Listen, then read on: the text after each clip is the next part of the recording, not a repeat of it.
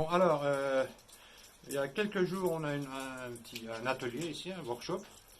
Alors, on a fait des enduits en terre et en chaux. Des gens qui étaient intéressés. Alors, d'abord, je vais parler un peu sur la chaux. Si on peut montrer, voilà la chaux là.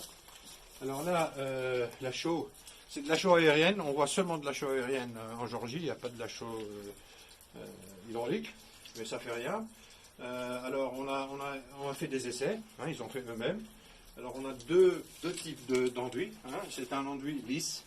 Alors, quand il est à peu près sec, on travaille avec une taloche, comme ça, on taloche. Et après, on appelle ça le ferrage. On ferre comme ça. Alors, ça devient très lisse, quoi.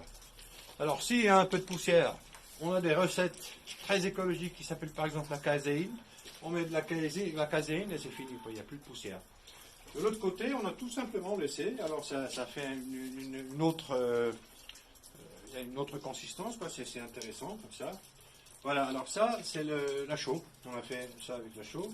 Alors là, je voudrais vous montrer une chose. Là. Regarde, est-ce que tu peux voir un tout petit peu?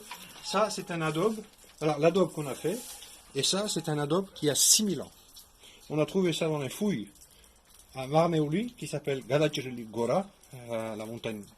Et c'est vraiment, il y a 6000 ans, alors elle s'est cassée parce que, mais comme vous voyez, elle a les formes, elle était 6000 ans dans la terre, et les formes existent encore. Alors ça c'est de la physique, c'est de la chimie.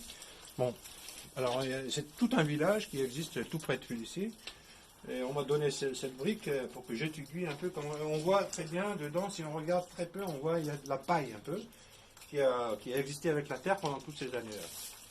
Bon, alors je crois que maintenant je vais passer sur la terre. Oui. Bon, une minute, je crois qu'on peut fermer là. Une minute, après on va...